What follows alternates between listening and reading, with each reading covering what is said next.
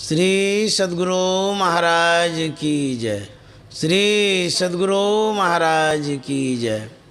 नमामि अमित ज्ञान रूपम कृपालम अगम बोध दाता सुबुद्धि निधि विशालम क्षमाशील यति धीर गंभीर ज्ञानम धर्म कील दृढ़ धीर समधीर ध्यानम जगत त्राणकारी अघारी उदारम भगत प्राण रूपम दया गुण अपारम नमो सद्गुरुं ज्ञान दाता सुस्वामी नमामि नमामि नमामि नमामि।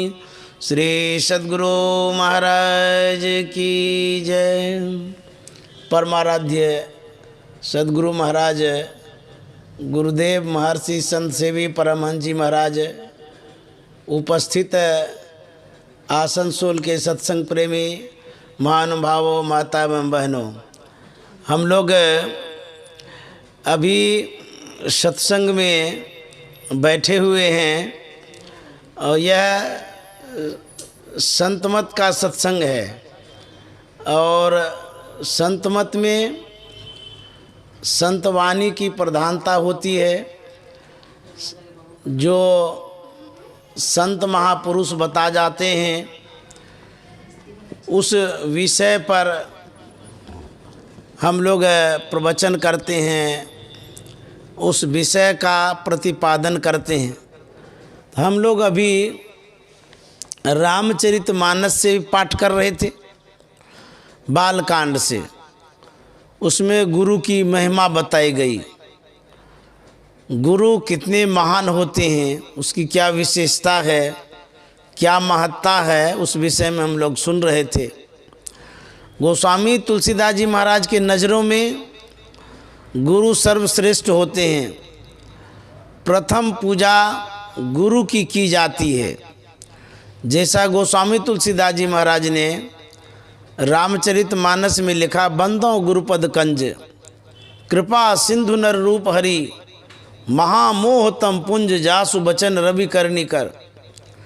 मैं वंदन करता हूँ, प्रार्थना करता हूँ, गुरुदेव को प्रणाम करता हूँ। जरा सोचिए, गोस्वामी तुलसीदास जी महाराज के इष्ट भगवान श्री राम हैं। कोई भी व्यक्ति किसी भी कार्य की सफलता के लिए जब शुभकामना चाहता है तो अपने इष्ट से चाहता है, जिसको वो मानता है उसी से प्रार्थना करेंगे। लेकिन गोस्वामी तुलसीदास जी महाराज अपने इष्ट भगवान श्री राम से कुछ नहीं कह रहे हैं। सबसे प्रथम बार यदि वो कह रहे हैं तो गुरु से कह रहे हैं और उन्हीं को प्रणाम कर रहे हैं। उन्हीं की विशेषता का बखान वो कर रहे हैं। कोई भी कह सकता है कि वहाँ पर लिखना चाहिए बंदो श्री राम पद, या बंदो हनुमान पद, या बंदो गणेश पद। लोग माना करते हैं, लेकिन गोस्वामी जी किसी को नहीं कह कर के सीधे गुरु के पास जाते हैं, उसी से निवेदन करते हैं, प्रार्थना करते हैं और उन्हीं की विनती करते हैं, वंदन करते हैं। ऐसा क्यों? इसलिए कि जब हम गुरु की पूजा करते हैं तो सबकी पूजा होती है। गुरु सामर्थ्यवान होते हैं। हम लोग स्तुति विनती में रोज पढ़ते हैं, मंगल मूर्ति सद्गुरु मिलवें सर्वाधार मंगल मैं मंगल करन बिनवों बारंबार। संत सद्गुरु कैसे होते हैं? कहते मंगल मूर्ति। उनकी जो मूर्ति होती है, उनकी जो प्रतिमा होती है, अर्थात उनका जो हम सगुण साकार में दर्शन करते हैं, अथवा जब हम सूक्ष्म रूप से गुरु का ध्यान करते हैं, वह गुरु कैसे होते हैं? कहते हैं मंगलमय मंगल करण, मंगल करने वाले होते हैं। अच्छा, मंगल के अलावे तो खरमंगल ही बचता है, जिसे दुख कहते हैं, तकलीफ कहते हैं, कष्ट कहते हैं, विपत्ति कहते हैं, व्यवधान, समस्या, यही सब न होता है मंगल के बाद। अमंगल कहिए उसको। हम जब अमंगल होता है तो मंगल करने के लिए कहाँ जाते हैं? पंडितों से मिलते हैं, पुजारियों से मिलते हैं, पोथी पढ़ते हैं, शास्त्र का अध्ययन करते हैं, अथवा जो बतलाता है लोग सो करते रहते हैं मंगल करने के लिए। जब यह सिखाया जाता है साक्षात मंगल का स्वरूप संत सद्गुरु हैं, तो उनको छोड़ करके दूसरी कोई भी मंगल की बात यदि करते हैं तो कितना मंगल होगा सो विचार लीजिए। जब गुरु महाराज ने लिख दिया मंगलमय मंगल करण, कौन? संत सद्गुरु मंगलमय कर देते, मंगल करने वाले संकट टारन सद्गुरु जी। तो जब सद्गुरु सब कुछ करते ही हैं, उनकी आज्ञाओं का पालन न करते हुए, उनके कहे अनुसार न चलते हुए, यदि साधारण लोगों के बात के अनुसार यदि आप चलेंगे तो कितना भला होगा सो सोचिए। जो गुरु महाराज ने कहा है उसी से आपका मंगल होगा और खरमंगल दूर होगा, संकट दूर होगा। लोग घर बनाते हैं, सुंदर घर बनाते हैं, सुव्यवस्थित घर बनाते हैं सुख चैन से रहने के लिए।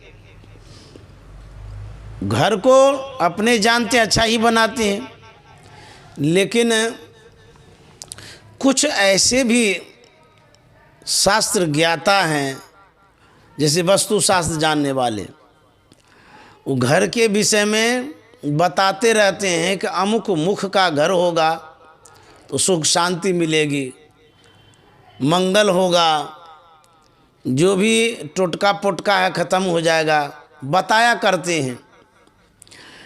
हमको यह भी जानना चाहिए परम प्रभु परमात्मा ने जो 10 दिशा बनाया है, 10 दिशा है ना, पूरब पश्चिम उत्तर दक्षिण, ये 4 दिशा, और 4 ये हो गया और 4 कौन हो गया, ऊपर नीचे हो गया, 10 दिशा है।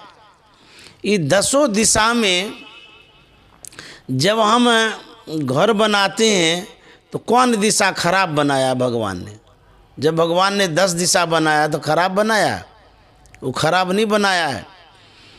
हमारी जो जीवन की दिशा है वो खराब हो जाती है।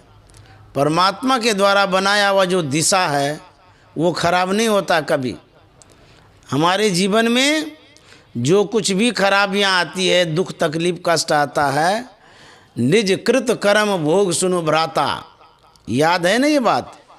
अपने ही कर्मों के कारण सुख दुख होता है। तो जब कर्मों के कारण सुख दुख होता है तो घर का क्या दोष है जो उसको उजाड़ने में लगे हुए, बिगाड़ने में लगे हुए हैं, घर को तोड़ने में लगे हुए हैं। इधर बनाइए तो उधर बनाइए, किधर भी बनाइए। अच्छा, आपका इतना सुंदर मकान है, इसको कहेगा पूरब करिए तो पश्चिम करिए, दक्षिण करिए, तोड़ मरोड़ दीजिए। जो झोपड़ी में रहता है, जो गाँव में रहता है, देहात में रहता है, वहाँ वास्तु शास्त्र वाला कायन जाता है, उसको कायन बताता था आपकी जो झोपड़ी है ये पूरब मुँह होना चाहिए, उत्तर मुँह होना चाहिए, दक्षिण मुँह होना चाहिए। उसको नहीं बताने जाएगा। क्यों? इसलिए नहीं बताने जाएगा, वहाँ पैसा नहीं मिलेगा। अब बड़े बड़े बिल्डिंग वाले के पास जाएंगे तो पैसा मिलेगा, उस बिल्डिंग वाले के जो कहेंगे सो करेगा। दोष दिशा में नहीं है, दोष हमारे अंदर में है, खामियां हमारे अंदर में है। यदि मान लिया जाए घर का दोष बता करके यह कहेंगे कि इसीलिए बीमार होते हैं, अस्वस्थ हो जाते हैं, इसीलिए संकट आता है, तब तो जिसका बहुत सुंदर घर है वो कभी बीमार नहीं होते होंगे, उसको कभी संकट नहीं आता होगा। साधारण की बात को छोड़ दीजिए, मान लिया जाए भगवान कोटि के जो लोग आते हैं उनका तो वास्तुशास्त्र अच्छा होना चाहिए ना। जैसे राजा हरिश्चंद्र आए, वो राजा थे, उनके जीवन में दुख क्यों आया? ऐसी दुर्दशा हुई, ऐसा दुर्दीन आया, सत्यवादी राजा हरिश्चंद्र के जीवन में वो जाकर के श्मशान घाट में नौकरी करने लगा। उस समय वस्तु शास्त्र वाला कहाँ चला गया था? बताना चाहिए ना कि आपके घर की दिशा गड़बड़ है, इसीलिए आपको डोम के यहाँ बिकना पड़ा, आपकी पत्नी बेघर हो गई इसी कारण से, आपके घर का दिशा गड़बड़ था। बताना चाहिए ना वहाँ पर, वहाँ तो कोई नहीं था। राजा हरिश्चंद्र सत्यवादी थे, सतयुग में थे। वैसा युग, अनुकूल युग, अच्छा युग, नामी ग्रामी युग याद करते हैं जिस युग को, उस युग में रहने वाले को भी कष्ट हुआ। अच्छा, साधारण आदमी तो था नहीं, राजा था, इतना पैसा वाला आदमी, उसको संकट आ गया, घर बेघर हो गए, पत्नी बेघर हो गई, बेटा भी मर गया। कहानी सुने हैं ना? उनके जीवन में ऐसा कष्ट हुआ। उतने बड़े आदमी सत्यवादी होकर के भी प्रभु श्री राम आए, भगवान कोटि के आदमी थे। उनके घर की जो दिशा थी वो कैसी थी, जो उनके जीवन में दुख आया, तो तब तो भगवान श्री राम भी वास्तु शास्त्र के अनुसार घर नहीं बनाए थे। उनके जीवन में कितना कष्ट हुआ। छोटे उम्र में थे, उनको गुरुजी लेके चले गए, घर परिवार में रहे भी नहीं उतने दिनों तक, जंगलों में जाकर के राक्षसों का संहार करने लगे। विवाह हुआ, माता सीता ससुराल आती है, उसको भी कष्ट हुआ। जानते विवाह कैसे किया था? राजा दशरथ और राजा जनक दोनों ने विचार किया कि ऐसा मुहूर्त और लगन हो जिस लगन में भगवान श्री राम और भगवती सीता का विवाह होने से सुखी सुख होगा। उस प्रभावशाली राजा थे, राजा जनक भी या राजा दशरथ भी। तो दोनों के विचार से, ज्ञानी भी थे, दोनों के विचार से पंडित को बुलाया गया। उस समय के विशेष ज्ञाता, विशेष पंडित वशिष्ठ मुनि थे। राजा दशरथ के वो पंडित थे, तो उनको बुलाया गया और उनसे कहा गया ऐसा लगन मुहूर्त निकालिए जिसमें भगवान श्री राम सीता का विवाह हो, कोई कष्ट दुख नहीं हो। शोध करके लगन निकालिए। शोध कर मतलब खोजना। साधारण आदमी यदि कहेंगे ना पंडित को कि लगन निकालिए, चट से निकाल के दे देगा। क्यों? जजमान कमज़ोर होता है ना, पैसा कम रहता है तो चट से लगन निकल जाता है। बड़ा बड़ा जजमान जब होता है ना, खूब खोजता रहता है। तो खोज के लगन का है निकालने के लिए। जानते हैं तब क्या हुआ? उसी लगन में विवाह होता है भगवान श्री राम माता सीता का। इतना अच्छा लगन, इतना शुभ मुहूर्त, इतना संजोग अच्छा खोज करके निकाला गया, उसमें विवाह हुआ। तो जीवन भर उसको सुखन रहना चाहिए, दुख तो होना ही नहीं चाहिए। इतना बढ़िया लगन में जो विवाह हुआ। कबीर साहब ने क्या कहा? करम गति तारे सुनाही टरी, मुनि वशिष्ठ सौ पंडित ज्ञानी, शोध के लगन धरी। मुनि वशिष्ठ सौ पंडित ज्ञानी, शोध के लगन धड़ी। और जब लगन धड़ी तब हुआ क्या? सीता हरण मरण दशरथ को वन में विपत्ति पड़ी। जब इस तरह से इतना बढ़िया काम किया गया पंडितों के द्वारा, पुजारियों के द्वारा, ज्ञानियों के द्वारा, इतना शुभ मुहूर्त में विवाह किया गया, तो सीता हरण क्यों हो गया? दशरथ का मरण क्यों हो गया? वन में विपत्ति क्यों पड़ गई? अब जरा सोचिए, भगवान थे, राजा का लड़का था, कोई कमी नहीं थी, सामर्थ्यवान थे। उनके घर का कौन सा मुहूर्त था जो उनको दुख हो गया? वो तो सामर्थ्यवान थे, भगवान थे, कह देते किसी वास्तुशास्त्र वाले तो ठीक कर देता। लेकिन सीता हरण मरण दशरथ को वन में विपत्ति पड़ी, अकरम गति टारे से ना ही टरी। ये क्या हो गया? माता सीता को इतना दुख हुआ, इतना कष्ट हुआ। तो जीवन में सबको सुख दुख होता है, चाहे कितना भी उपाय कर लीजिए।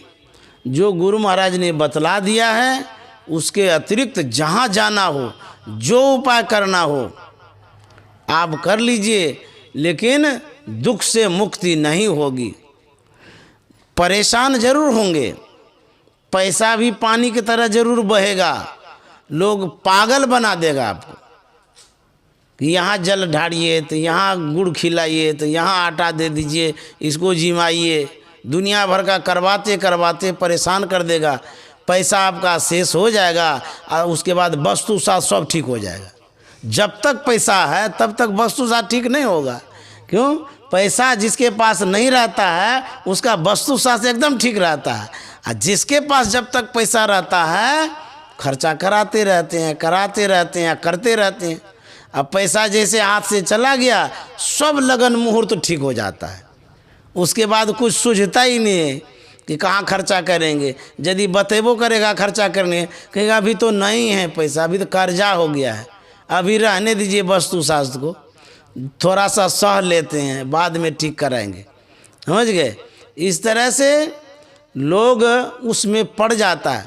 यदि अपने जीवन को बदलना चाहते हैं, यदि परिवर्तन लाना चाहते हैं, मंगल लाना चाहते हैं, तो हमारे गुरु महाराज ने जो कहा सत्संग करिए, ध्यान करिए, यही दो माध्यम है। सभी पूजाओं का जड़ है ये। हमारे गुरु महाराज ने कहा था कि पूजा कोटि समंग स्तोत्रम, स्तोत्र कोटि समंग जपः, जाप कोटि समंग ध्यानम, ध्यान कोटि समो लयः।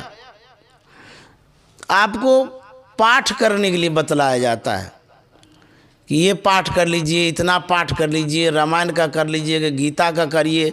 ध्यान से बढ़ करके मन को लय करना है। ध्यान कोटि समोलय है। ध्यान जो हम लोग करते हैं इससे बढ़ करके करोड़ों गुना बढ़ करके मन को लय करना है। किसमें? शब्द में। पूजा कोटि समंग स्तोत्रम, स्तोत्र कोटि समंग जपः, जाप कोटि समंग ध्यानम, ध्यान कोटि समोलय है। समोलय है, ध्यान से बढ़ करके सूरत को शब्द में लगाना है।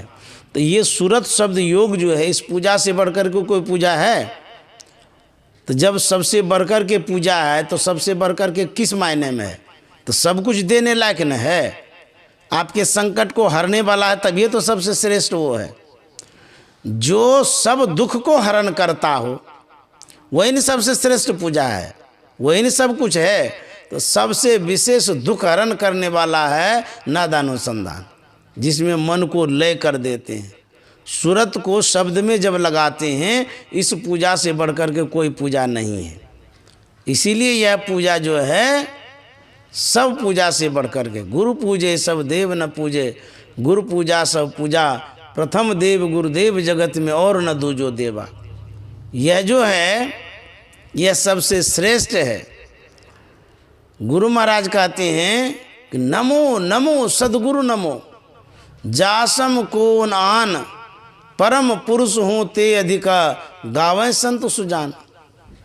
गुरु महाराज कहते हैं मैं ऐसे गुरु को जो सभी दुख से दूर करता हूँ, नमस्कार करता हूँ, प्रणाम करता हूँ।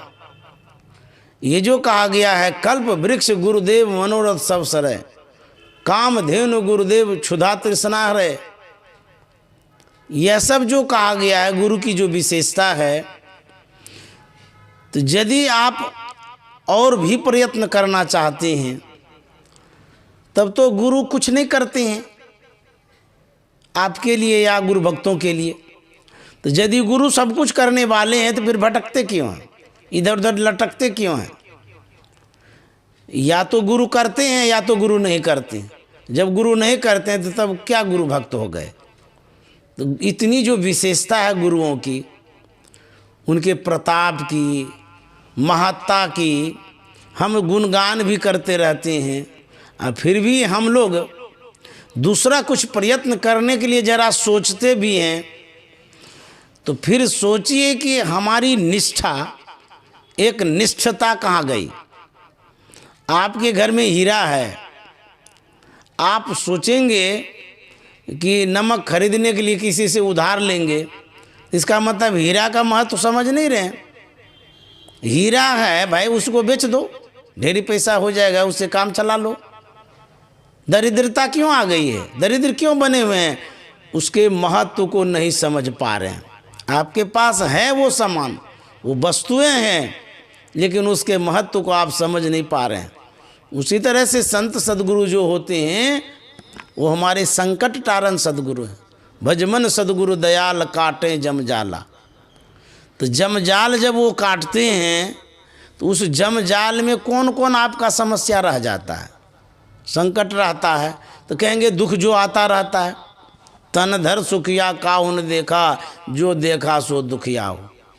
सीता माता को कितना दुख हो गया, जंगलों में भटकती रही, रावण हरण करके ले गया, वहाँ पर किस तरह से जीवन बिताई। घर में नहीं थी, जंगल में थी, गाछ के नीचे रहती थी रात दिन, कितने दिनों तक राक्षसनियों के बीच में रहती थी। रावण प्रताड़ित करता रहता था, डराता धमकाता रहता था। किसी स्त्री के पास परिवार ना हो, दूसरे के कब्जे में कोई महिला हो, वो कितना दुख महसूस करती होगी, कल्पना करिए। तो यहाँ तक सीता माता ने कहा था कि मैं मर जाना चाहती, आग लगा करके जल करके राख हो जाऊंगी, मरना चाह रही थी, इतना कष्ट उनको हो गया।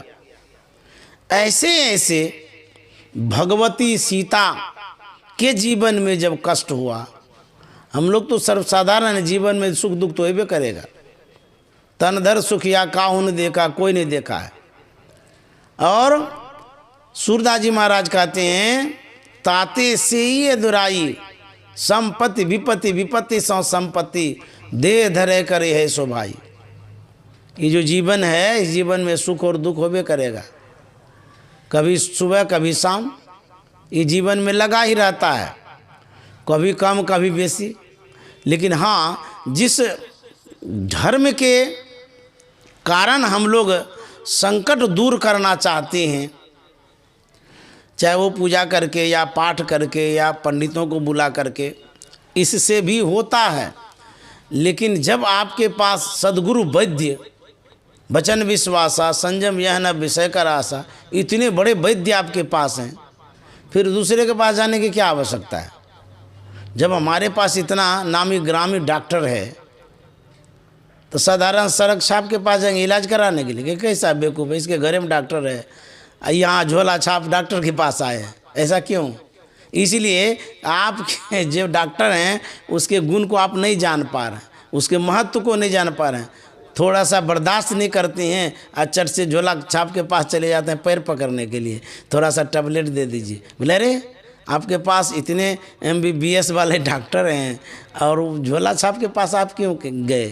बोले कहाँ जल्दी ठीक होता है। अच्छा, झोला छाप वाला क्या टैबलेट खिलाते ही ठीक कर देता है?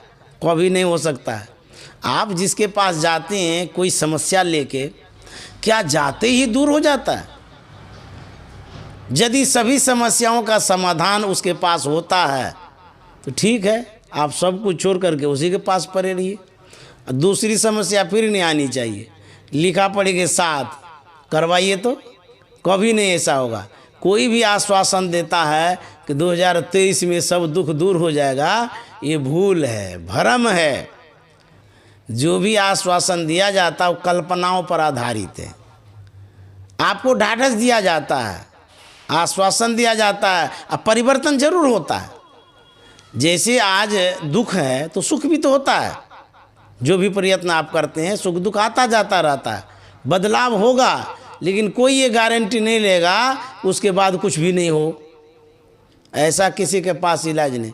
गुरु महाराज भी बीमार हुए थे, वो भी डॉक्टर के पास गए थे, उन्होंने भी उपचार कराया था। इतने बड़े संत सबके कष्टों को काटते हैं तब भी, इसलिए कि ये जो शरीर है, शरीरम व्याधि मंदिरम, सबको रोग होता है, सबको कष्ट होता है। यहाँ से आप चांद पर चले जाइए तब भी दुख पीछा नहीं छोड़ेगा। क्यों? इसलिए कि आप स्थानांतरण करते हैं। शरीर तो आपके साथ लगा हुआ है, दुख तो शरीर में है कि घर में है दुख। ये घर में दुख नहीं, आपके साथ दुख लगा हुआ है। शरीर में दुख है, मन में दुख है, कष्ट शरीर में न होता है तो घर का क्या दोष है इसमें, सो बताइए। घर को उजाड़ना चाहते हैं, आपके कारण शरीर में व्यवधान उत्पन्न हुआ है, आपके जीवन में आपके कर्मों के कारण दुख सुख उत्पन्न हुआ है। अब बेचारे घर को पीसते रहते हैं, इस पर दोषारोपण मढ़ते रहते हैं कि घर को उजाड़ दो हम ठीक हो जाएंगे। तो घर उजाड़ने में ही सब जब ठीक हो जाएगा फिर डॉक्टर वगैरह तो फिर रहेगा ही नहीं। सब घर उजाड़ करके वास्तुशास्त्र के अनुसार बनाते रहिए और कोई बीमार तब नहीं होंगे, ऐसा कभी नहीं होगा। हमारे ही किसी न किसी चूक के कारण, भूल के कारण दुख सुख आता है। जो दुख आया है वो भूल है, कोई न कोई कारण हुआ है। रामायण में जो लिखा है, काहुन को सुख दुख कर दाता, निज कृत कर्म भोग सुनो भ्राता, ये गलत है क्या? इसमें कहा गया है कि कोई किसी को सुख और दुख नहीं दे सकता है। तो घर पर क्यों मढ़ते हैं आप कि घरे के कारण ऐसा हुआ है? इसका मतलब मूढ़ता है, ये अज्ञानता है। इस घर के कारण ही हमको इस तरह से दुख आया है, इस तरह से विपत्ति आई है। जो कोई कहता है आपको घर के ही कारण दुख सुख आया है, तब उनको सुनाइए। रामचरितमानस में लिखा है, काहुन को सुख दुख कर दाता, निज कृत कर्म भोग सुनु भ्राता। ये क्या बात है? ये गलत है क्या? भगवान श्री राम के सामने लक्ष्मण कह रहे हैं, गोस्वामी जी ने लिखा है ऐसा। जब अपने ही कर्मों के कारण सुख दुख होता है तो इसमें घर कहाँ आ गया और कोई व्यक्ति कहाँ से आ गया? शरीर में जो रोग होता है, कोई न कोई हमसे भूल हुई है। यदि गहराई से सोचिएगा तो खाने में भूल, सोने में भूल, रहन सहन में भूल, ये सब भूल हुई है। कोई न कोई हमसे ही भूल हो गई है जो दुख आया है। किसी तरह का दुख, कोई भी दुख सोचिएगा तब पता चलेगा, हाँ यही कारण हुआ है तब ये दुख आया है। शारीरिक कष्ट हो या मानसिक कष्ट हो, जो भी कष्ट हो, आपके ही कारण वो आया है, किसी दूसरे के कारण नहीं आया है। यदि वो दूर करना चाहते हैं, आप ही दूर कर सकते हैं, कोई दूर नहीं करेगा। कितना भी प्रयत्न कर लीजिए, आपके ही करने से होगा। यदि शरीर में कष्ट है तो डॉक्टर दवाई देता है, परहेज भी तो बताता है। आप परहेज करिएगा तो स्वास्थ्य में लाभ होगा। अच्छा ठीक है, वास्तुशास्त्र के अनुसार सब कुछ कर लीजिए और गंदा गंदा चीज़ खाते रहिए, जोन सो खाइए तो स्वास्थ्य बढ़िया रह जाएगा। जहाँ मन तहाँ चले जाते रहिए, स्वास्थ्य बढ़िया रहेगा। रात में सोइए ही नहीं, जगे रहिए, घूमते रहिए, जो नहीं खाने का वो सब खाते रहिए। और घर को तो ठीक कर लिए, अब पेट को ठीक कैसे करेंगे? कभी नहीं हो सकता। सुधारना आपको ही होगा, बदलना आपको ही होगा। घर बदलने से कुछ नहीं हो सकता, समझ गए? इसीलिए जीवन में यदि परिवर्तन लाते हैं, जो गुरु महाराज ने कहा है, खान पान को प्रथम समारो तब रस रस अवगुण सब मारो।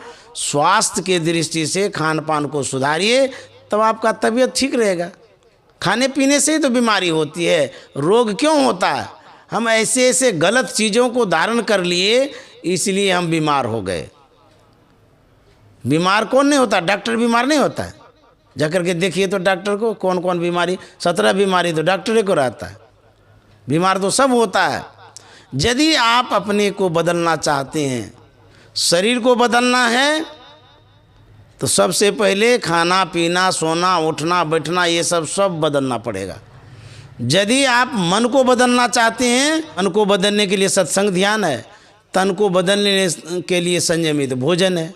इस तरह से दो चीज़ जब बदलेंगे, मन जिसका ठीक रहता है, खुश रहता है, वो कहाँ पहाड़ों पर भी वो खुश रहता है, जंगलों में भी खुश रहता है, अभाव ग्रसित स्थानों में भी वो खुश रहता है। और यदि मन ठीक आपका नहीं है तो कहीं भी रहिए, वो घर सुख आपको नहीं दे सकता है। तो मन को ठीक करने के लिए सत्संग ध्यान है और तन को ठीक करने के लिए संयमित भोजन है। दो चीज़ को सुधार करिए, ठीक करिए, देखिए आपके जीवन में कितनी खुशहाली आती है। परिवर्तन अपने आप में लाना है और किसी में परिवर्तन करने से कुछ भी नहीं होने वाला है, समझ गए? इस तरह से बदलाव आएगा। लोग बहुत भ्रमित हो जाते हैं। काल ही, कर्म ही, ईश्वर ही मिथ्या दोष लगा, रामचरितमानस में लिखा हुआ है। आप समय का दोषारोपण करते हैं, हमारा तो समय ही खराब चल रहा है, तो समय को कौन ठीक करेगा? कोई आएगा ठीक करने के लिए? समय तो भगवान ने बनाया है, परमात्मा ने बनाया है। सुबह से शाम तक आपके लिए खराब कर दिया है और दूसरे के लिए अच्छा कर दिया है। अरे समय तो वही है, अमीर के लिए भी वही समय है, गरीब के लिए भी वही समय है, निर्धन के लिए वही समय है, जो बीमार है उसके लिए वही समय है, जो अच्छे स्वास्थ्य वाले हैं उसके लिए भी वही समय है। समय क्या खराब हो गया? समय का जो दोष देते हैं वो समय खराब नहीं हुआ है, आपके कर्मों में त्रुटि हो गई है, समझ गए? आज आप दुखी हैं, ये समय खराब हो गया। समय खराब नहीं, आपके ही कारण वो दुख आया। समय का जो दोषारोपण आप करते हैं ये आपकी मूढ़ता है। काल ही, कर्म ही, कोई कर्म को दोष लगाते हैं, हमारा कर्म कैसा खराब हो गया है, ये इस तरह से ऐसा हो गया है। काल ही, कर्म, ईश्वर ही, कोई भगवान को भी दोष लगाते हैं। हम इतना पूजा पाठ करते हैं, सत्संग भजन करते रहते हैं, फिर भी हमारे जीवन में दुख आता है। तो किसके जीवन में दुख नहीं आता? जो पूजा करते हैं उसके जीवन में दुख नहीं आता? आता है, उसके भी जीवन में दुख आता है, लेकिन उसके जीवन में वो दुख आता है जिस दुख में वो बिखर नहीं पाते हैं, बिखरते नहीं हैं, समेटे हुए रहते हैं। और जो पूजा पाठ ध्यान सत्संग नहीं करते हैं उसके पास ऐसा दुख आता है, वो बिखर जाता है, बर्बाद हो जाता है। तो कहते हैं काल ही, कर्म, ईश्वर ही मिथ्या दोष लगा, झूठे ही दोष आप लगाते हैं। दोषारोपण किसी पर मत दीजिए, अपना जो कर्तव्य है उन कर्तव्यों का निर्वहन कीजिए, निर्वाह करिए, पालन करिए। कितना भी आप भटकते रहेंगे, कहीं भी चले जाइएगा, निवारण कोई नहीं करेगा। रहमन निजमन की व्यथा मन ही राखो गोय। क्यों? सुनी अठलई हैं लोग, सब बाँटी ले हैं, कोई सुन तो लेगा, इतराएगा, इठलाएगा और आपको छोटा समझेगा। आपके दुख को समझ करके आपको दबाना चाहेगा, कमजोरी पकड़ लेगा। वैसे आदमी को मत बताइए जो दूर तो नहीं कर सकता है, बल्कि आपके जीवन में दुख जरूर भरपूर कर सकता है। इसलिए अपने मन की बात मने में रखिए, भगवान से बताइए, ईश्वर से बताइए, गुरु से बतलाइए, समझिए। रहमन निज मन की व्यथा मन ही राखो गो, सुनेठ ले हैं लोग, सब बाँट ले हैं, कोई नहीं बांटेगा। मन की बात मने में रखिए।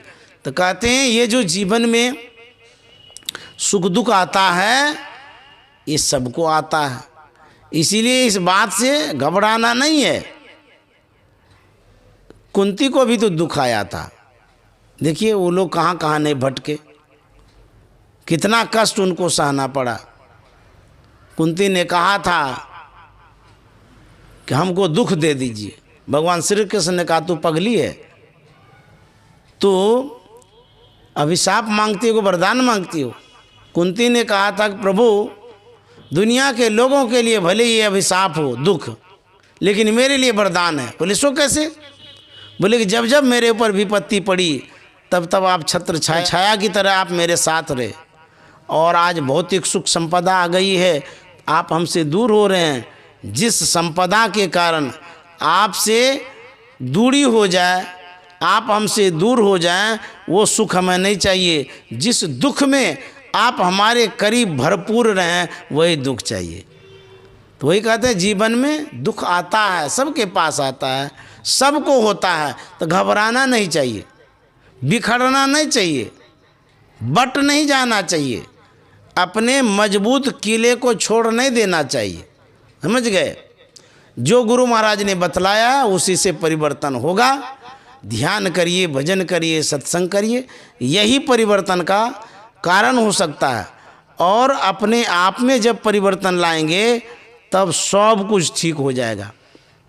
कुप्पा घाट के पास श्मशान घाट था, मनिहारी में गुरु महाराज का जो आश्रम है वहाँ पर श्मशान घाट था।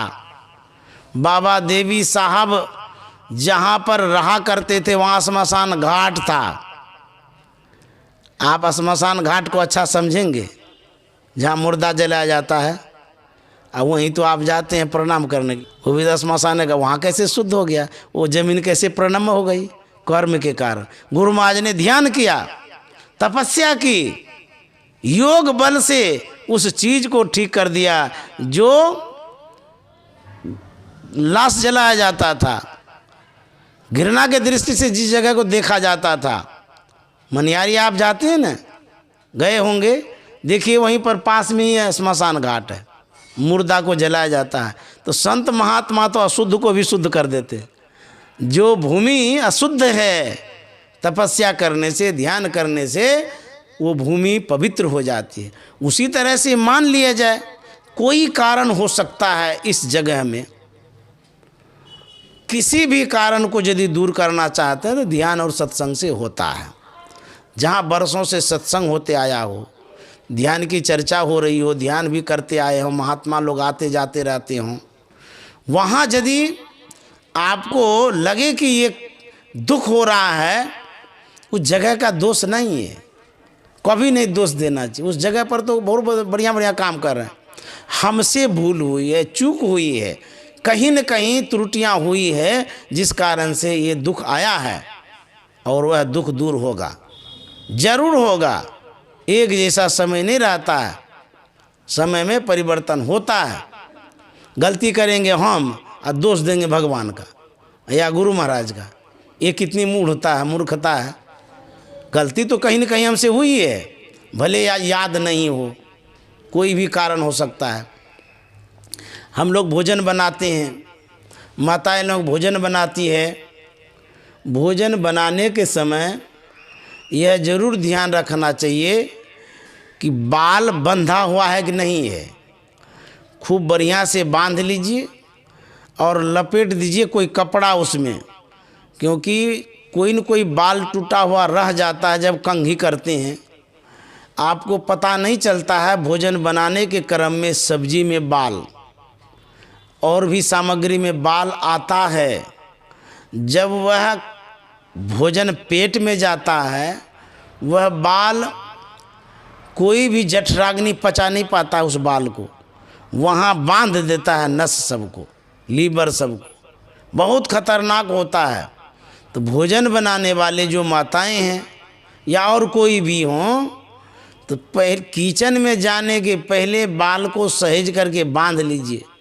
बहुत बार ऐसा देखा गया है, कभी कभी तो बाल दिख जाता है भोजन के क्रम में, कभी कभी चला जाता है पेट में, वह बहुत खतरनाक होता है। मान लिया जाए आप खा गए उस बाल को, यदि पेट में दर्द होने लगा तो आप क्या कहेंगे? हे गुरु महाराज, हमारा क्या दोष था, ये कौन सा विपत्ति आप ला के दे दिए? अब लीजिए, दोष देंगे गुरु महाराज।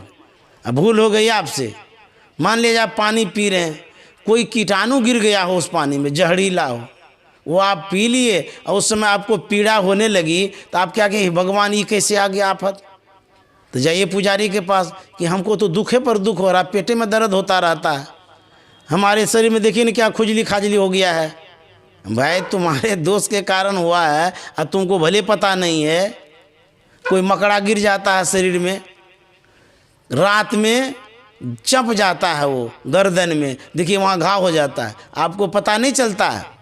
वो जब घाव हो गया तो आप जाकर के डॉक्टर से, वैद्य से कहाँ कहाँ दिखाते हैं, छूट नहीं रहा है, तो क्या कहेंगे? देखिए ना ये कैसे दुख आ गया, पता नहीं क्या हो गया हमारे जीवन में, कहीं घर तो नहीं खराब हो गया है, इसी कारण से घाव होते जा रहा है। अब ले किसी न किसी पर मढ़ते हैं आप, क्योंकि पता नहीं चलता है ना किस कारण से ये दुख आया है, वो पता ही नहीं चलता है। भगवान बुद्ध बड़े सिद्ध पुरुष हुए, शांत पुरुष हुए। एक वेश्या भगवान बुद्ध के करीब में आती है और वह भगवान बुद्ध से विनीत भाव में कहती है, श्रद्धा भाव में कहती है कि भगवान मेरे अंदर में अंधकार है, मैं अज्ञानता में हूँ, मैंने अपराध किया है, पाप किया है, ऐसा कर्म कर लिया है जिस कारण से मैं भटक रही हूँ, दर दर की ठोकरें खा रही हूँ। भगवान मेरे जीवन में उजाला ला दीजिए, मेरा जीवन अंधकार में हो गया है। तो भगवान बुद्ध ने कहा कि मान लिया जाए तुम्हारे पास पड़ोस में कोई व्यक्ति दिया जलाया हो, तो क्या उस दिया से तुम्हारे घर में उजाला हो सकता है? वेश्या कहती नहीं भगवान। बोले तब? बोले हम अपने घर में जब दिया जलाएंगे तब हमारे घर में उजाला होगा। तो भगवान बुद्ध ने कहा ठीक उसी तरह से तुम अपने अंदर में उजाला चाहते हो, सुख शांति चाहते हो, तुमको स्वयं दिया जलाना होगा, प्रयत्न करना पड़ेगा। आत्मदीपो भवः, जब स्वयं दिया जलाओगे तब प्रकाश होगा, कोई तुम्हारे अंदर में प्रकाश नहीं कर सकता है।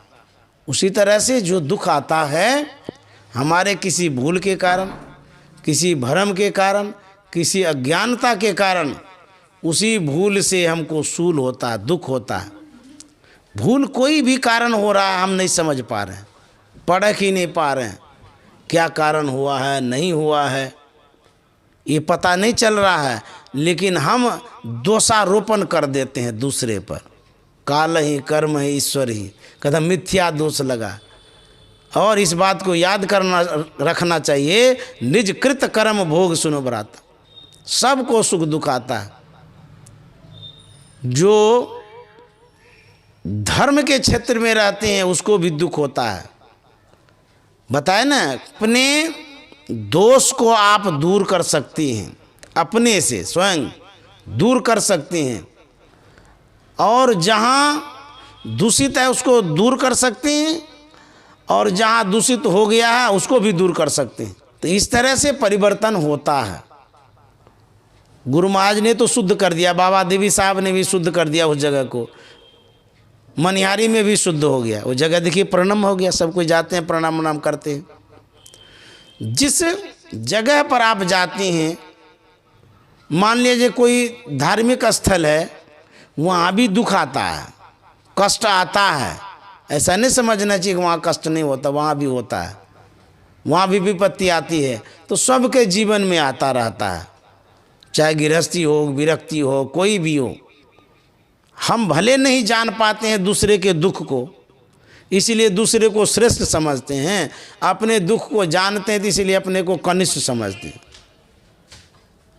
आप भुक्तभोगी हैं इसीलिए आप अपने दुख को जानते हैं, और दूसरे के दुख को नहीं जानते इसीलिए उनको श्रेष्ठ समझते हैं। नहीं वो बहुत अच्छे रहते हैं, बहुत अच्छे से दिखते हैं। नहीं, ऐसी बात नहीं, उसको भी कोई न कोई दुख है। तन दर्द सुखिया काहू न देखा, ये जो कहा गया गलत नहीं कहा गया।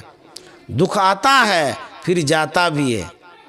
इसीलिए कहते हैं यदि परिवर्तन लाना चाहते हैं तो मंगल मूर्ति सद्गुरु का भजन करिए, ध्यान करिए, उन्होंने जो बतलाया उसके अनुसार करिए। अथवा यदि इनके महत्व को नहीं समझ पा रहे हैं तो जो समझ में आता है सो करिए, जो आता है समझ में वही करिए। अथवा जो शास्त्र और संत कहते हैं उनके अनुसार करिए। हमारे गुरु महाराज ने जो अवलंब दिया है उससे बढ़ कर के न कोई पूजा है, न कोई पाठ है, न कोई यज्ञ है, न कोई पुण्य है। संतों ने जो बतलाया उससे बढ़ कर के कोई पुण्य नहीं है। लाखों करोड़ों पुण्य कर लीजिए, लेकिन गुरु महाराज ने जो कहा है ध्यान करने उसको कर लीजिए, उसकी बराबरी नहीं कर सकता है। तो बढ़ कर के तो ध्यान है, सत्संग ही है, न कर पाए वो हमारी कमजोरी है। भले हम नहीं बैठ पाते हैं वो हमारी कमजोरी है, लेकिन फल तो ये देता ही है। मान लिए जाए आपके पास हॉर्लिक्स है, हॉर्लिक्स खाली रखे रहिए, पीवे नहीं करिए तो वो तो आपकी कमजोरी है ना। आप पीवे नहीं करिएगा तो कहाँ से फल देगा। उसी तरह से आप सुख चाहते हैं, संकट काटना चाहते हैं, तो जो गुरु महाराज ने कहा उसके अनुसार करिएगा तब ना होगा। नहीं कर पाते हैं इसीलिए ऐसा होता है। हमारे जीवन में परिवर्तन होगा जब हम ध्यान और सत्संग बढ़िया से करेंगे, यही एक अवलंब है, यही एक आधार है। आप कहीं भी चले जाइए, आकाश में चले जाइएगा, वहाँ भी दुख आपका पीछा करेगा। क्यों? शरीर के साथ आप, जब तक शरीर रहेगा कभी दुख नहीं छूट सकता है।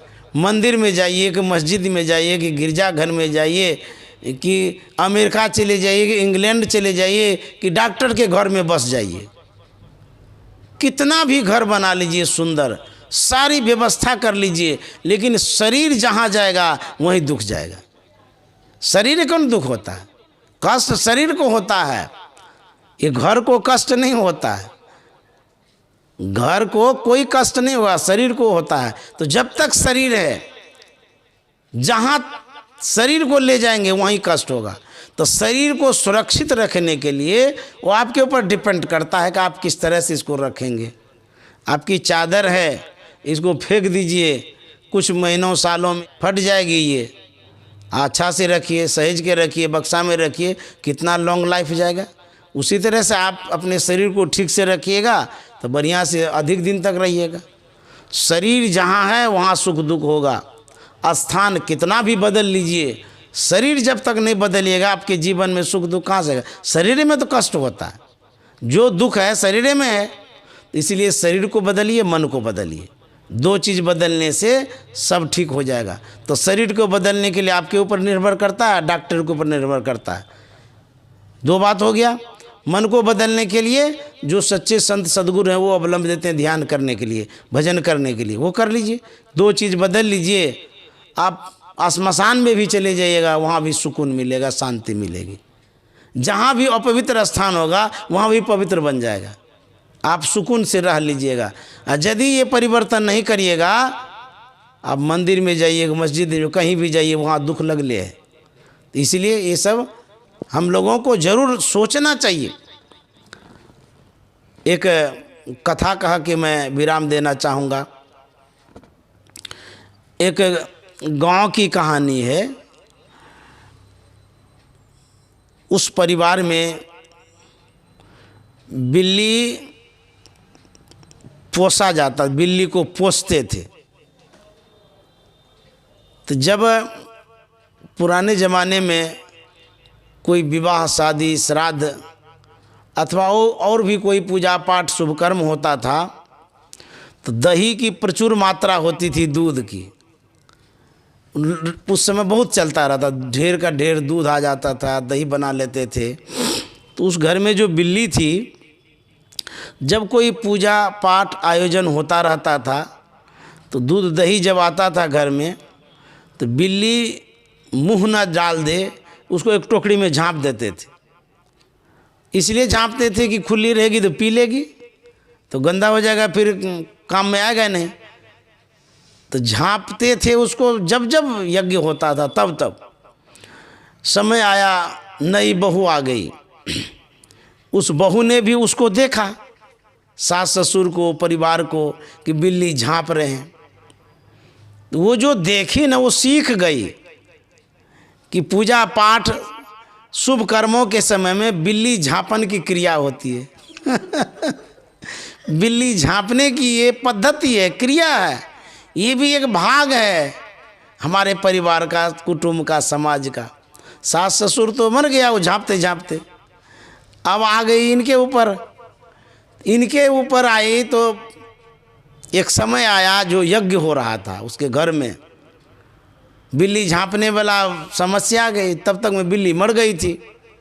अब वो बहू जाती है गांव समाज में बिल्ली ढूंढने कि कहाँ बिल्ली है, कहाँ बिल्ली है। लोगों से पूछते थे कि बिल्ली चाहिए। बोले क्या करेंगे? बोले झाँपेंगे। ये हमारी सासू माँ की पूजा पद्धति में से है, नहीं झाँपेंगे तो टोटका हो जाएगा, अनभल हो जाएगा, जग सफल नहीं होगा। इसीलिए बिल्ली झाँपने की जो क्रिया है ये करना पड़ता है। तो पकड़ करके कहीं से लाती थी और टोकरी के नीचे बिल्ली को झाँपती थी। जब वो जग पूरा हो जाता था फिर बिल्ली को खोल देती थी। अब बुझिए, ये बिल्ली झाँपने की जो परंपरा बन गई, ये सही है कि गलत है? गलत है ना।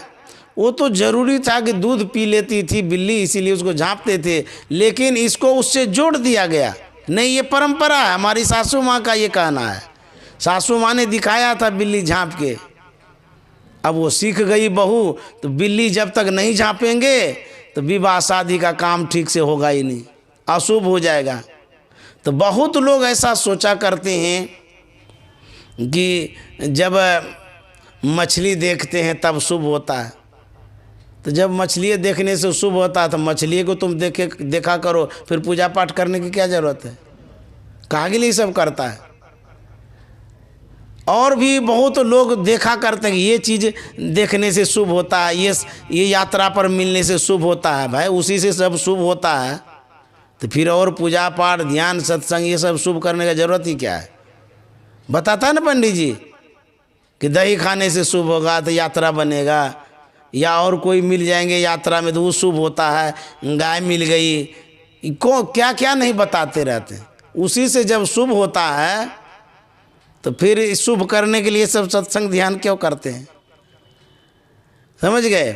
ये सब जो धारणा है गलत धारणा है, उसी से शुभ नहीं होता, आपके अच्छे कर्मों से शुभ होता रहता है। इसीलिए हम लोगों को चाहिए कि सत्संग और ध्यान को करते रहें और परिवर्तन अवश्य आएगा। हम लोग शुभकामना मंगल कामना करते हैं कि जीवन में बदलाव हो, सुख और शांति हो।